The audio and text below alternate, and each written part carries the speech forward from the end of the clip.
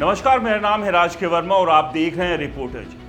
कल्पना कीजिए, लाखों भारतीय परिवारों का सपना, एक अपना आशियाना सालों से अधर में लटका हुआ है। बिल्डरों की लापरवाही, स्पेकुलेटिव निवेशकों की लूट और सरकारी तंत्र की सुस्ती ने रियल एस्टेट को एक भ्रष्ट मायाजाल बना दिया है। लेकिन 12 सितंबर 2025 को सुप्रीम कोर्ट ने एक धमाकेदार फैसला सुनाया जो इस जाल को तोड़ने का वादा करता है।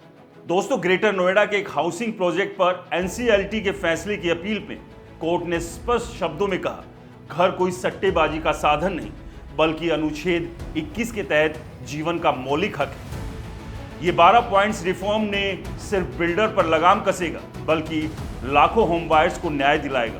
तो चलिए इस क्रांतिकारी कदम को डिटेल में समझते हैं, क्योंकि अब रियल एस्टेट में सुधार सिर्फ शब्द नहीं, सख्त हकीकत होगा। सबसे पहले समझिए इस फैसले का बैकग्राउंड। सुप्रीम कोर्ट की बेंच ने स्पेकुलेटिव इन्वेस्टर्स, वो लोग जो घर खरीदकर सट्टेबाजी करते हैं, ना कि रहने के लिए, को कटघरे में खड़ा किया है। कोर्ट ने कहा है कि ये निवेशक आईबीसी, इंसॉल्वेंसी एंड बैंकरप्टी कोड का दुरुपयोग कर प्रोजेक्ट्स को बर्बाद कर रहे हैं, जिससे असली खरीदारों को नुकसान हो रहा है। दोस्तों, ग्रेटर नोएडा केस में एनसीएलटी ने इन्हें स्पेकुलेटिव करार दिया और सुप्रीम कोर्ट ने इसे बरकरार रखा। नतीजा 12 बाध्यकारी निर्देश जो तुरंत लागू होंगे। ये निर्देश एनसीएलटी, एनसीएलएटी को मजबूत करने से लेकर राज्य सरकारों को कैश इकोनॉमी पर लगाम लगाने तक फैले हुए हैं। ये फैसला रियल एस्टेट को साफ सुथरा बनाने का ब्लूप्रिंट है, जहां स्पेकुलेटिव की जगह ट्रांसपेरेंसी लेगी। दोस्तों, बिल्डरों को भागने का रास्ता बंद, प्रोजेक्ट पूरा करो वरना सजा भुगतो। तो अब आते हैं इन 12 पॉइंट्स पर। पहला और सबसे अहम, एनसीएलटी और एनसीएलएटी में वैकेंसीज को युद्ध स्तर पर भरना। कोर्ट ने आदेश दिया है कि अतिरिक्त बेंच बनाकर रियल एस्टेट इंसॉल्वेंसी केस तेजी से निपटाए जाएं। दूसरा, इंसॉल्वेंसी रेजोल्यूशन को प्रोजेक्ट वाइज करना ताकि एक प्रोजेक्ट के डूबने से पूरा बिजनेस ना डूबे। तीसरा, स्पेकुलेटिव प्रैक्टिसेस पर सख्ती, जैसे ब्लैक मनी का इस्तेमाल। चौथा, रेरा नियमों में राज्यों के बीच एक रूपता लाना।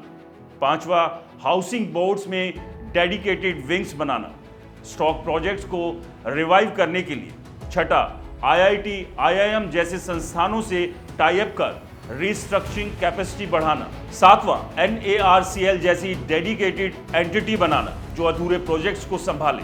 आठवां, अनसॉल्व्ड इन्वेंट्री को अफोर्डेबल हाउसिंग में चैनलाइज करना। नौवां, मंत्रालय की कमेटी 3 महीने में सिस्टमेटिक रिफॉर्म सुझाए। और 10वां, बायर्स को प्राथमिकता दें ना कि इन्वेस्टर्स को। अब बात करते हैं 11वें निर्देश की। लीगल फ्रेमवर्क टाइट करें ताकि बिल्डर समय पर डिलीवरी करें। और अब आखिरी और 12वां, स्टेट को पैरेलल कैश इकोनॉमी खत्म करने का दायित्व सौंपना। ये पॉइंट्स कोई सलाह नहीं, ये बाध्यकारी आदेश है जो रियल एस्टेट को भ्रष्टाचार मुक्त बनाने का हथियार है। दोस्तों, इस रिफॉर्म का असर धमाकेदार होगा। सबसे पहले होम बायर्स के लिए राहत। स्टॉल्ड प्रोजेक्ट्स अब रिवाइव होंगे क्योंकि प्रोजेक्ट्स वाइज रेजुलेशन से बैंक और बायर्स का पैसा सुरक्षित रहेगा।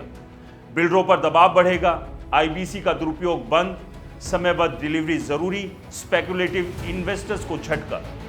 अब वो आसानी से प्रोजेक्ट्स हाईजैक नहीं कर सकेंगे। मार्केट में विश्वास लौटेगा क्योंकि रेरा के यूनिफॉर्म नियम से राज्य स्तरीय भेदभाव खत्म। अफोर्डेबल हाउसिंग को बूस्ट मिलेगा। अनसॉल्व फ्लैट्स गरीबों के लिए रिजर्व होंगे। दोस्तों, कुल मिलाकर हाउसिंग कॉस्ट घटेगी क्योंकि कैश इकोनॉमी पर ब्रेक लगेगा। ये रिफॉर्म न सिर्फ आर्थिक सुधार है बल्कि सामाजिक न्याय का इंजेक्शन भी है, क्योंकि घर का हक अब मजाक नहीं।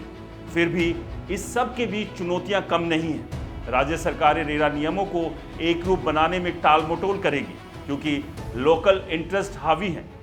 एनसीएलटी में वैकेंसीज भरना आसान नहीं है, जजों की कमी पुरानी समस्या है। तो वहीं स्पेकुलेटिव इन्वेस्टर्स कानूनी लूपहोल्स ढूंढेंगे और बिल्डर्स लॉबी लॉबिंग करेगी। लेकिन कोर्ट का फैसला सख्त है, 3 महीने में कमेटी रिपोर्ट वरना अवमानना। केंद्र को अब एक्शन लेना होगा। मिनिस्ट्री ऑफ हाउसिंग, फाइनेंस और लॉ की ज्वाइंट कमेटी बनाकर अगर ये लागू हुए तो रियल एस्टेट जीडीपी का बड़ा हिस्सा बनेगी बिना भ्रष्टाचार के। अन्यथा लाखों परिवारों का गुस्सा सड़कों पर उतरेगा। दोस्तों, ये मौका गंवाना भारत के लिए महंगा पड़ेगा। इस फैसले से बड़ा संदेश ये है कि रियल एस्टेट अब रियल बनेगा, ना कि एस्टेट अफवाहों का अड्डा। सुप्रीम कोर्ट ने साबित किया है कि न्यायपालिका आर्थिक सुधारों की मशाल संभाल सकती है। होम बायर्स अब चुप ना रहे, रेरा पोर्टल पर शिकायत करें, प्रोजेक्ट्स मॉनिटर करें, सरकारें सुधारों को हकीकत बनाएं।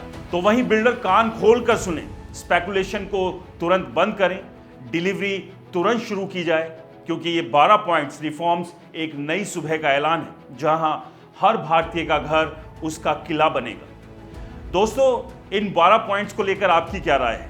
क्या ये रियल एस्टेट को पूरी तरह से बदल देंगे, या फिर से बिल्डर कोई ना कोई लूप होल ढूंढकर आप जैसे मिडिल क्लास के साथ धोखाधड़ी और ठगी का काम करते रहेंगे?